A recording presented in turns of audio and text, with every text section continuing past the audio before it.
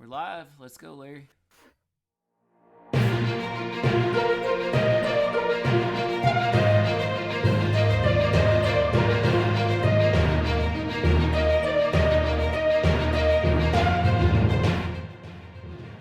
All Things Unexplained. Hosted by Dr. Mounce. Let's face it, we were always ready to roll without him anyway. CJ Derringer. Ain't nobody perfect, right?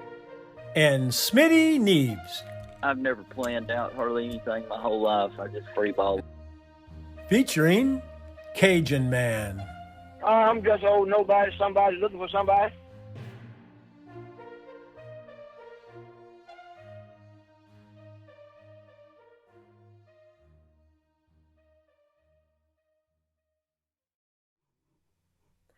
Hey, everybody. Welcome to All Things Unexplained. I am CJ Derringer here with my lovely co-hosts, Dr. Tim Mounce and Smitty Neves. How are you guys doing? Awesome. Hey, how's it going? Going pretty good, I reckon. Going well. Yes, we are excited to dive into new territory tonight. We are going to be bringing some unexplained updates to our listeners. These are going to be some weird, wacky, unexplained news stories from all across the globe that we want to dive into, find out a little bit more, share some fun things with you guys, maybe get a laugh or two, and keep it short and simple for you. Give you something to talk about other than, I don't know, COVID and politics. Yeah, who needs it? By the way, if you're watching on YouTube Live, thanks. Welcome. We appreciate you. Feel free to chime in. We'll put your comments up on the screen. If you're listening on the podcast, awesome. We'll put the link to the YouTube video in the podcast notes. And yes, Okay. I am as good looking in person. So, well, though, nobody has commented that, so. They should. Well, I have to say, in doing research for this podcast, it was a whole lot more fun to be looking for weird and wacky things online than everything that we're reading about every single day in the news. So hopefully this gives people more to talk about than COVID. Let's get into it. All So, anybody CJ, talks about. So I was thinking we could go backwards, right? Like our top three, but do our number 3 story first from each of us. Oh, that sounds good. Well, since you clearly were thinking that through, why don't you start us off? Because my guess is you already know what order yours go then. All right, yeah. So my number 3 story of the week. Headline: British Columbia, Canada. So a lady is sleeping in her bed, right, in British Columbia, and all of a sudden she thinks she hears a tree falling, and wouldn't you know it, but a meteor crashed through the roof of her house and landed in her bed. So I love this quote this is from CTV News Vancouver. The police officer came and said, "Well, I think you have a meteorite in your bed." The meteorite weighed about 2.8 pounds, is the size of a large adult fist. And Hamilton, who I believe that's the police officer, shared that the meteorite, actually the woman was Ruth Hamilton, and we should probably try to get her on the show. This will be fascinating to hear her tell this, but she actually shared the meteorite with researchers at the University of Western Ontario. Now, another thing I thought that was super cool about this is it had a lot of witnesses in the area that actually saw the fireball streaking across the sky, and it just happened to hit poor Ruth's house. Well, That's maybe incredible. she had State Farm insurance. She needs to call Jake. See if she can get some money off that. I'm pretty sure that would be covered. That's a natural disaster, so she could probably be covered. You are so right. It does remind me of, who does the one commercial? It might be an Allstate commercial where they go through the museum of insurance claims that they've covered before. That definitely needs to be on that commercial. He's wearing khakis, where they go even for meteorites. Yeah, that's true. But I will tell you what. Honestly, I will tell you what it reminds me of, CJ and Smitty. And I think the folks there in British Columbia should count their lucky stars, no pun intended. But it reminds me of the Tunguska incident in remote Siberia, where basically the entire forest and everything around for miles was leveled. They never did figure out exactly what happened. Was that a dog? Anyway, they never did figure out exactly what happened, but it was probably a meteorite or something of that sort. And of course, that was like in 1918, I think. Oh, that was about the year you were born, so right then, yeah. That's a little bit of history. Clearly fresh in his memory. Yeah. So for those of you that are just listening to the podcast and not watching it on YouTube Live, you're missing out on the faces Smitty is making at people who are making noises around him. Some unexplained faces going on there. But I meteorite crashing through my house, I don't know if that's a dream or a nightmare. I mean, that would be so cool. What a cool story to tell. But having to patch holes in your roof is not exactly ideal. Yeah, my luck, the homeowners, you've got hail storm chasers from the insurance company, from the roofers, just basically stalking the storms. But my luck, the insurance wouldn't cover a meteorite explosion. So. It's not in your policy. Yeah. Meteorite is not in the policy. I actually had a friend, and they had an 18-wheeler tire go through their front window. So they had an 18-wheeler tire crash through their front window one morning. That's scary. Oh my goodness, that is scary. Talk about a good reason to live. So Tim, did you say that story I was out audio of? On you. Was that story out of Canada? That was out of British Columbia, Canada. Yep. Ruth Canada. Hamilton. So one of my stories is from Canada too. So things are just happening in Canada these days. But this one is in Newfoundland, Canada, which I always want to say Newfoundland, but Newfoundland, Canada. That's what it was. This couple that loved this house on the side of the road. This woman had just loved this house that she drove by all the time. And they found out that the house was going to be torn down. So she and her boyfriend approached the owners of the property and said, hey, can we buy this property off of you? Can we buy this house off of your property and take the whole house from your property? So that in and of itself seems crazy to me. But then they wanted to take the house to their property, and the best way to get it there was on water. They had to take it on a half a mile of water to get to their property. And the video is phenomenal. You've got to watch the video if you have a chance. But what they did is they installed barrels underneath the house, tied to a metal frame, loaded with old tires.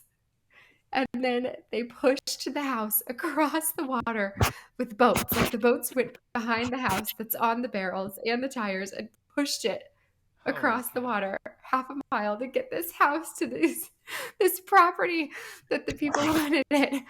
And this story, by the way, comes from UPI.com. But at the end, I love it. It says that actually the house went underwater up to the second story window at one point. And now the house is just drying out in its new location, and the couple hopes to start the renovation soon. I mean, talk about dedication to get a house. That sounds like something that would happen in Mississippi. That literally sounds like something that would happen in Mississippi. Be the double-wide 2-story trailer, though.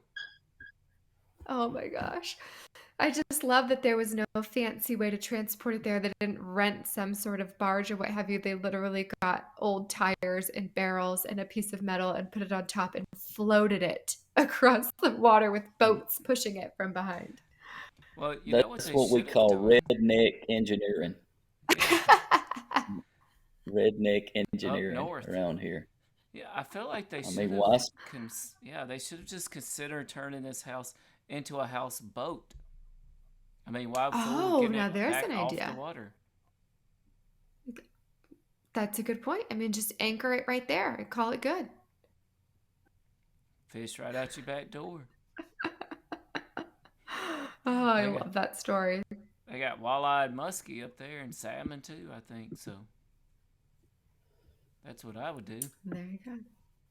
Is there anything that you guys want so much that you could that you could make that happen? No, not No.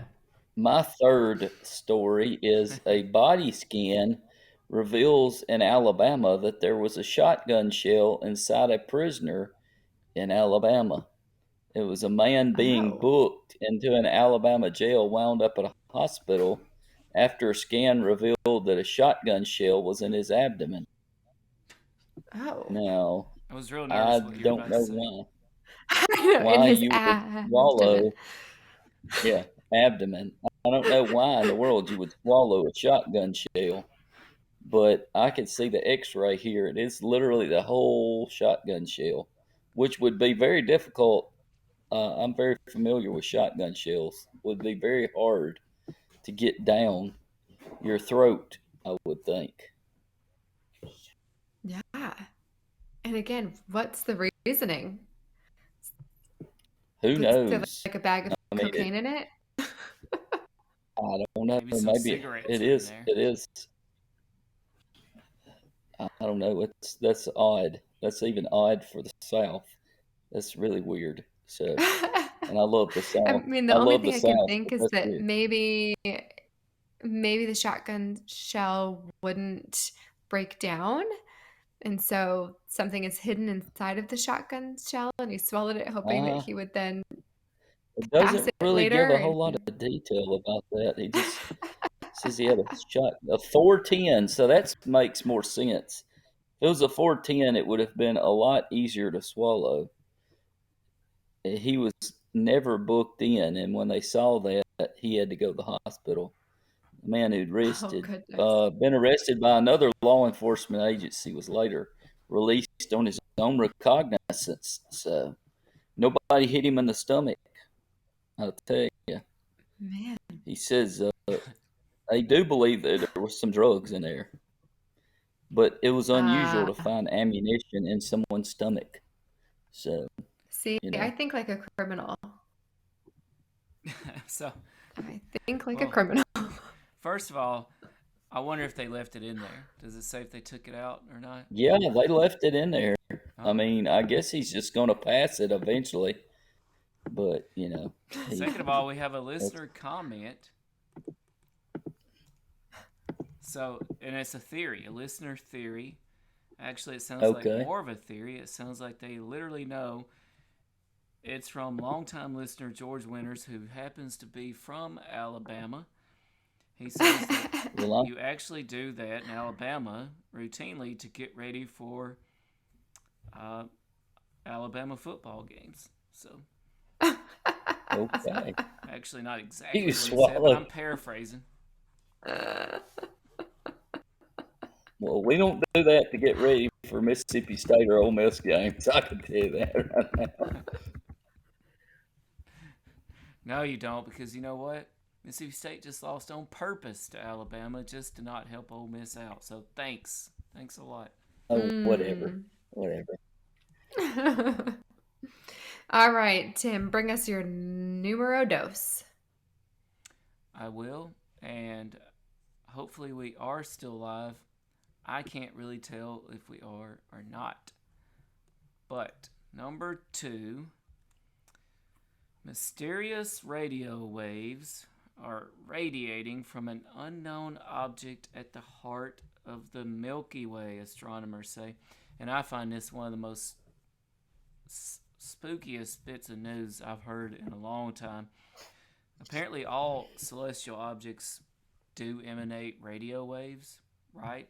But apparently they're kind of patterned, and they know what all of them look like. Well, they have no idea what celestial object is sending these radio waves out. They're coming from the center of the galaxy. They vary dramatically and seem to shut off at random. The wave's origin is unknown, They hint at the existence of a new type of celestial object. The signal does not look like it comes from stars, planets, or even dead stars. What I find super interesting about this radio signal, apparently it disappeared for months, then reappeared suddenly, then vanished again. Now, when I first read this story, I immediately thought of Independence Day. I'm not gonna lie. Mm-hmm. There are giant motherships on the way, and this is the sign. Somebody's trying to Well, you know what? MTV says video killed the radio star, so I don't know. We'll see what happens with that.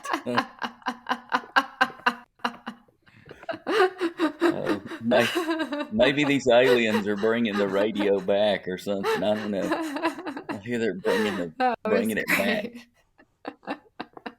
in the 2000s. It's a weird universe sometimes.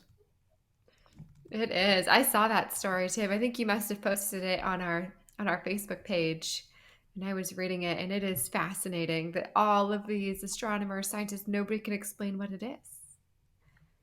No, crazy, right? I mean, so crazy. It's just so. I mean, it's really weird and bizarre, and it's just something you don't often see astronomers just throw their hands up, and say, "We don't know. We don't know what it's making, where it's coming from." That has to be an exciting time as an astronomer, though, to be like, whoa, there's something brand new out there. You know, all of these people are just chomping at the bit to try and learn more about it, research more. They want to be put on that project. Put me on that project. Oh, yeah. And, you know, in terms of our awareness, just the general population, when you start listing off celestial objects, I mean, I feel like our knowledge is pretty limited. We can say things like stars, we can say planets, you know, asteroids, black holes. How many other things do we really know of in space that we can even rattle off, right? Like, it's super bizarre. Yeah, well, us personally, that's about it. I can say one. William Shatner. He was in space. That's a new one. That's right. He sure did. Go to space. Well, let's be honest. It was just the tip that went into space. Oh, you know what? Yeah. I was about to say, Smitty, let's not forget about Uranus. Well, yeah. Yeah. Nobody wants to go near Uranus. So. We better move on quick. Yeah. What is CJ's number 2? Not trying to get there. Okay, so my number 2, speaking of just mysterious and unexplained things, is about the self-driving cars, the Waymo cars. Have you guys heard of these? Waymo? Waymo. Okay, so we don't live anywhere cool enough to have Waymo cars yet, but someday in our near future we will. So these Waymo cars are Google's cars. They are self-driving. There's no driver. They drive around town. They act like Uber. They can pick passengers up and take them where they want to go. And all of these cars are learning different routes. I think that they're actually being used in Phoenix, Arizona right now. But there's a ton of them in San Francisco, and they are plaguing this poor neighborhood for absolutely no reason. All of these self-driving Waymo cars are going down to this dead end on 15th Avenue where they then have no choice but to turn around and leave. So one after another, some of the residents are saying about every 5 minutes, one of these cars just comes down the street, gets to a dead end, and has to turn around and leave. And this is from NPR. One of the residents named Jennifer King said, "I noticed it while I was sleeping. I awoke to a strange hum that I thought was a spacecraft outside my window." And apparently there's about 50 cars a day that are just going up and down this poor street with no passengers, no driver, for seemingly no reason, plaguing this poor neighborhood of all of these people who are working from home and just trying to get their job done. And it's taken over Twitter. Everybody's posting pictures of these annoying Waymo cars coming down their street. That is crazy. That's I weird. think that's what they call West Coast tailgating. There's no football, right? So they just it's the Waymo car tailgate. But they have way more other things there, like surfing. They do have Waymo, that's right. Earthquakes. Waymo earthquakes. Fires. Waymo fires. Yeah. Waymo self-driving cars. Waymo people in general. Waymo people. Well, Waymo marijuana. Yeah. I don't know. I do live in Mississippi, so I don't know about that last comment. But my next one is actually not new news, but it's something that I thought was of interest.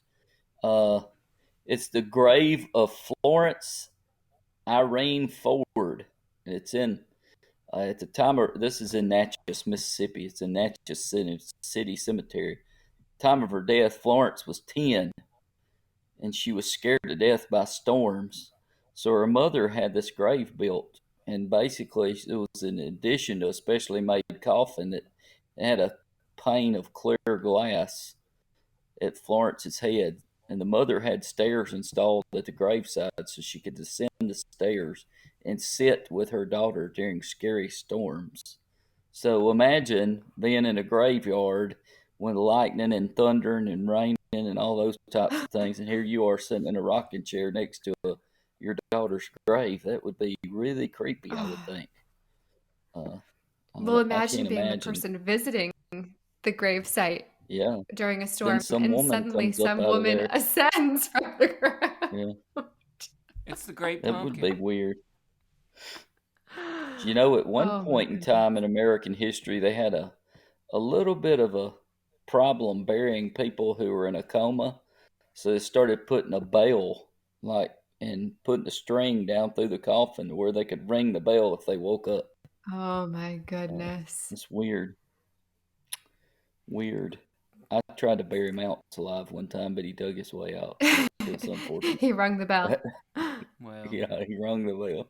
In case you didn't hear that you could bury me upside down. I think it has to do with the celestial bodies again. You know where Egypt is, right? Egypt. No, that's in Kruger, Mississippi. That's in rural Mississippi. Yeah, well, this is actually Kruger. This was at the Egypt plantation. There was a lady in red.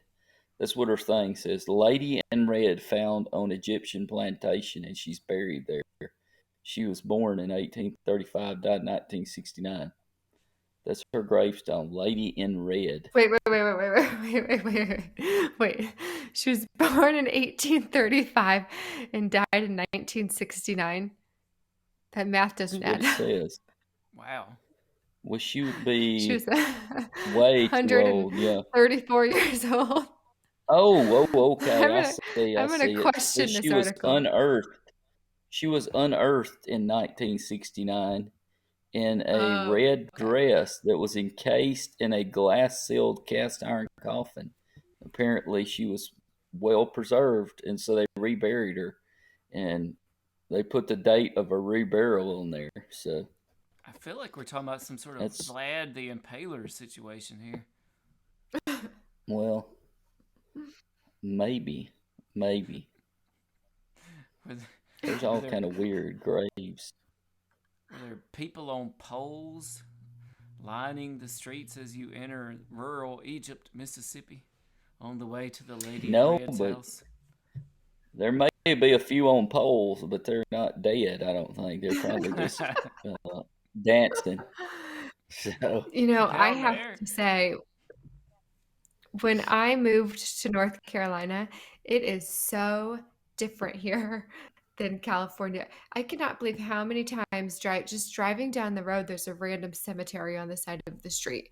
I mean, I send my children to a preschool and there's a cemetery in their playground. that really? Would not happen in California. Like California, there's big, huge cemeteries in very specific locations. And here they just seem to be placed sporadically wherever. Maybe a family has a plot. Maybe you get buried at your church. There's just graveyards everywhere. And yes, there's a graveyard in my children's preschool play area. Like they're going down the slide and looking at headstones.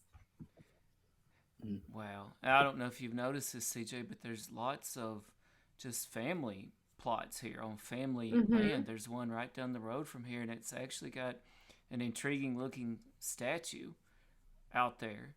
And it sort of looks like a Confederate type of statue, and they have a flag flying, and you can see one tombstone out there. And that's just down the road from my house here, so definitely. So is that here. Like that in Mississippi too? Oh yeah, it's probably more so, I would imagine. I don't really know about North Carolina, but there are cemeteries all over the place. You might have to walk, I don't know, 3/4 of a mile out in the middle of a field, and there'll be like a little bitty cemetery surrounded by an iron fence or something. Yeah, not only that, but in Mississippi, you make it clear early on where you are going to be buried at. Oh, yeah. You don't leave that up to anybody else either. You make sure that people know you're getting buried at, next to your family. Yeah, I already have a cemetery plot. So does Marty. We already have plots. Life made.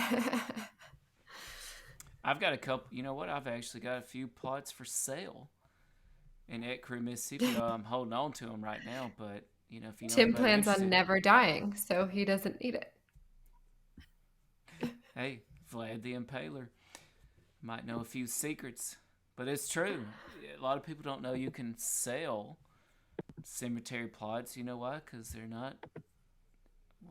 Everybody's dying to get in there. They're not making any more land for the cemetery. So. You botched that. I hate to say it. That was botched very badly. But my uncle used to mow the cemetery. I mean, my uncle's got 50 people under him. He used to mow the cemetery. Oh, but demand is high, but it's true. You know what? And they appreciate. I mean, they're valuable. So yeah.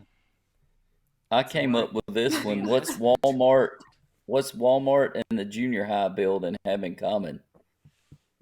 They both have way too much Axe body spray. Nailed it. Nailed it. I got it. They got too much Axe body spray, that's for sure. Don't go near the testing station. Holy cow. Oh, man. Axe body spray is so potent. Oh. You can't even light a cigarette. I mean, light a match around those kids. They'd be up like. Woof. You lighting lots of cigarettes around him?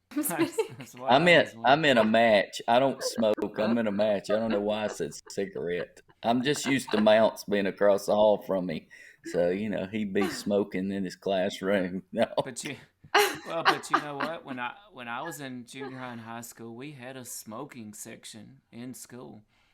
And now I know why the big-haired girls never went over there, because they had some highly flammable hair. Yeah, that was back in the 80s, the 1880s maybe, but. Well, it was right on the side of the industrial arts trailer, and that was the smoking section. So if you dipped, if you had skull, if cigarettes were your thing, that's where you went during break. You didn't go to the concession stand and get nacho rings like the rest of us. You went out there and smoked. So you remember nacho rings, wild. Smitty? I don't know. I know of Funyuns, but I don't know about nacho rings. Yeah, they're kind of like. I remember. Yeah, they're kind of like Funyuns, but they're nacho flavored, and they're little. Do you remember? Like tater tots. Do you remember conquistadors? You remember the conquistadors? They were like, what's those things that we eat? They're like little pizza things. Oh shoot! Hot Pockets. No, what's those things? I'm trying to get my family to. They're not helping like out too much. Tostino pizza rolls. Yeah, because you told them to be quiet. No, you can buy them. You get them in a bag. They're like a snack. Pizza like rolls. Bugles? No, they're dang it, I can't remember. We used to sell them in the school store, but those were conquistadors. They were so good. Not I You'll have never to get heard back of to those, us on but that. I could tell you what my favorite candy bar during junior high was. Oh, what was it? Whatchamacallit. That's mine. That was Oh. mine too. I don't think I've ever had a whatchamacallit. Classic. Oh, it's good. It's really good. Do you We know used to what go to else? the school store and you'd have the wax paper cups, and they put the Coke in the wax paper cups, and then you'd get a whatchamacallit. Man, that was good. Ooh, Do you know what I healthy stuff. realized recently? It's kind of like those things you see online where it says, I was today years old when I discovered the lid on the fry boxes to hold your ketchup, for example. I saw that, but I only just recently discovered there's a big black market on eBay and other places for these foods that they don't make anymore or that are super hard to find. So, if you've got some kind of cola, let's say Crystal Pepsi or something that they made back in the day, people will pay top dollar for that. Well, what do you have that you I could was sell? wrong. Those things are called corn quistos. Corn quistos, not conquistadors, which is Spanish for conqueror, but they're called corn quistos. Man, I love those things. I would probably pay some top dollar for those things right now. Well, let's look them up. Let's see what the All Things Unexplained budget looks like. We can look them up. And great comment from listener George Winters, who, thanks for backing me up on this, George, by the way. Apparently the cemetery plot in between Hugh Hefner and Marilyn Monroe just sold for $2 million. So just like I was saying, wow, top dollar, people want to get in a prime spot. Yeah. Well, one real of them estate was in on California is expensive barbiturates. anyways. One of them was on barbiturates. The other one was on Viagra. So do you think both of them are dead? So. I don't think one of them was on Viagra. Do you think JFK is in that cemetery? He might be. At least he's zombie. But Because Marilyn Monroe's there. Yeah. But I guess a whole lot of other people would all right, be there Tim. if that was the qualification. Take us to your number one unexplained news story for this week. All right, number one unexplained story for the week, and the most disturbing by far, in my opinion. Super scary. And by the way, it ties into some of our old stories and interviews with people. So China apparently, much to our dismay, the U.S. had no idea China was capable of this. Just tested a nuclear-capable hypersonic missile. It apparently went around the globe, circled the globe, and not only did it do that, but it did it via the South Pole. Oh, wow. Where missiles or such things are harder to detect. So it reached orbit, circled the globe in orbit now, and then rapidly proceeded to its target. Now, it apparently missed by quite a bit, 24 miles or something, which seems like a lot. But that's just scary. And the U.S. says, hey, we have no idea China could do this. We don't even know how they're doing it. We don't know what the technology is. And you remember a while back where we had the folks from Board Camp Crystal Mine on, and we started digging into the hypersonic missiles? Mm-hmm. Right, and so we didn't know, that the one lady from Board Camp Crystal Mine, she looked out her plane, and she saw something. She sent us those great photos. And we were debating, is that actually a missile being tested, or could it be the vehicle, the space-capable vehicle that delivers these missiles into orbit?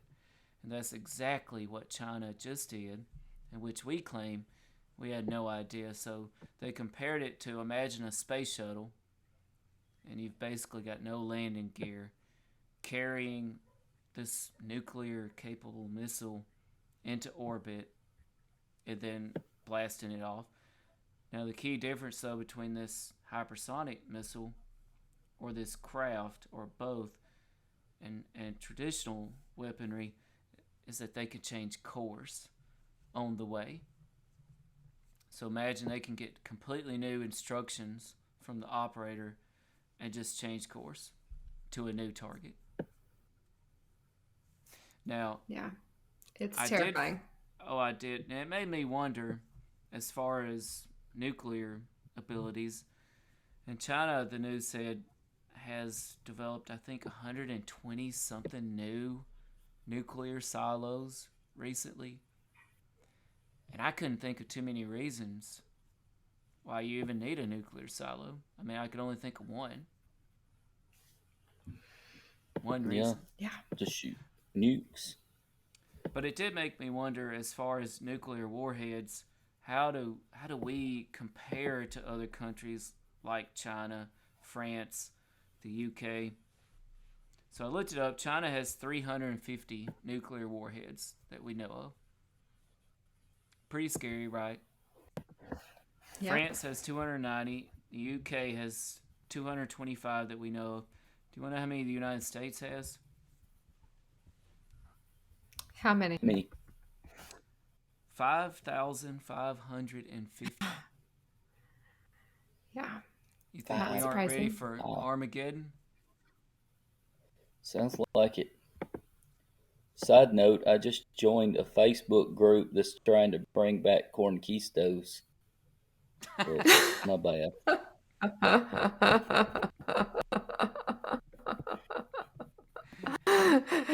All while Tim was giving the serious note about hypersonic I can't get my mind off conquistos now. I think it ties into the nuclear Armageddon in that we are working on the All Things Unexplained bunker. We're taking applications for. We only have a few spots left in it. We've got one spot between Smitty and one between Dr. Mounce. It's $2 million. Yep. One of these doomsday preppers bought all the conquistos up, and they're sitting somewhere in like Wisconsin in a underground bunker, waiting for nuclear annihilation to take place or something. So, please, guys, if you have conquistos, send them in to All Things Unexplained. Or conquistadors. Yeah. I was trying to think. I was taught they're very similar. They're similar to combos. That's what I was going to say. Combos. Conquistos? That's what they're called? Yes. Okay, well, we got to have something for the bunker. Yeah, absolutely. I know. If you could find those, I'll come to the bunker today. I'll get in the car and start driving, like, right now. They must be pretty good. Well, I can't find any for sale, so I bet they're pretty penny, whoever has them. Yeah, probably so. Because they don't exist. We will continue on the silly side for my final story of the evening. And this also comes from NPR because, well, I love me some NPR. But the title is, A New Zealand City is Taking Its Official Wizard Off the Payroll after 2 decades. And oh my goodness, please do yourself a favor and look this guy up. I mean, he is just fantastic. Just the picture of him alone is really, really great. What's his name? So that's a good question. Let me see if I can find that for you. I had it here somewhere. But so this guy has been on the payroll since 1998 as the official wizard of Christchurch, New Zealand. He's been paid the equivalent of $11,000 to provide acts of wizardry and other wizard-like services as part of promotional work for the city of Christchurch. So he pretty much just sits in the center of the town, conversations. Apparently this all started one day when he was up there just speaking his mind and speaking very philosophically about things. And police tried to arrest him, and the entire town went up in arms about it, not wanting him to be arrested. And from there, he ended up becoming the wizard of this town. But since then, he's gotten himself into a little bit of trouble because he doesn't exactly fit the model of what they are trying to advertise to tourists in their city anymore. And he said a few things that got him into hot water. Reminder, I am not saying these things. This is what he said, and this is why he lost his job as the wizard. It's about women. He said, "I love women. I forgive them all the time. I've never struck one yet. Never strike a woman because they bruise too easily is the first thing, and they'll tell their neighbors and their friends, and you're in big trouble." Shocker that he lost his job, I'm sure. But he came back saying that he lost his job because there are a bunch of bureaucrats that have no imagination. So I've actually found some pictures. You see this, Smitty and CJ? Yeah, I've got him on my computer here too. And this dude looked like Gandalf or something off of the Lord of the Rings. So I bet Gandalf wouldn't hit a woman. I bet Gandalf would not hit a woman. So. I mean, I think that he was joking when he said that, or at least I hope that he was, but still, you just can't get away with those things anymore. But his website is wizard.gen, GEN.NZ, if anybody wants to take a look. And at the end, it says, although almost completely out of control or given psychotherapy, and is still working on his synthetic cosmology whilst keeping the people of New Zealand entertained. Oh, wow. Boy. Yeah. Great comment, George. The character. Say it ain't so, Dumbledore. This guy. He really did look a lot like Dumbledore. Yeah, he kind of does. Oh man. Yeah. I wonder what his pay was. It was $11,000. Wow. So, but are they hiring a new one? No, they're not hiring a new one.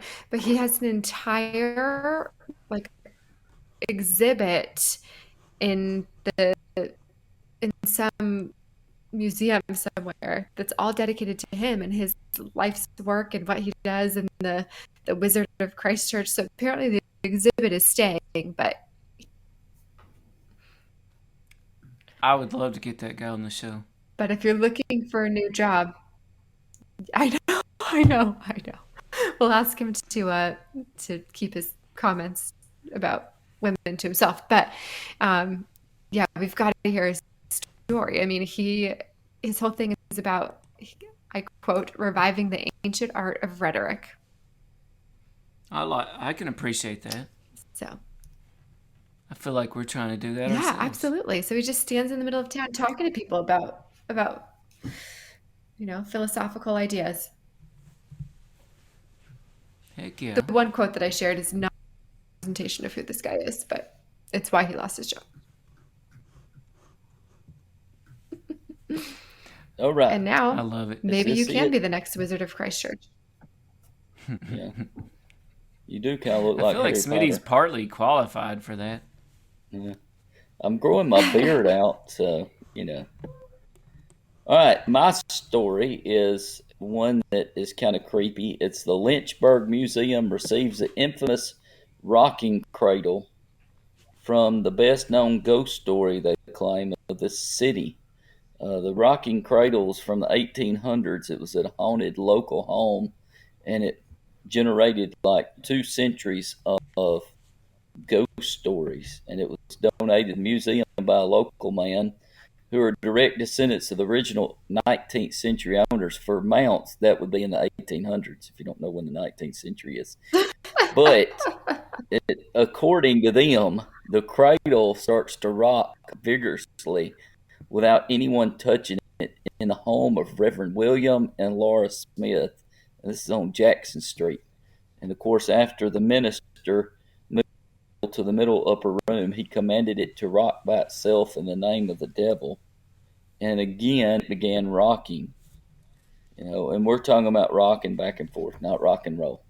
So hundreds of visitors came to see the cradle and its peers in a local lore, and they later returned it to the Early family, and they hid it in the attic, removed the rockers. Apparently, it couldn't rock without the rockers.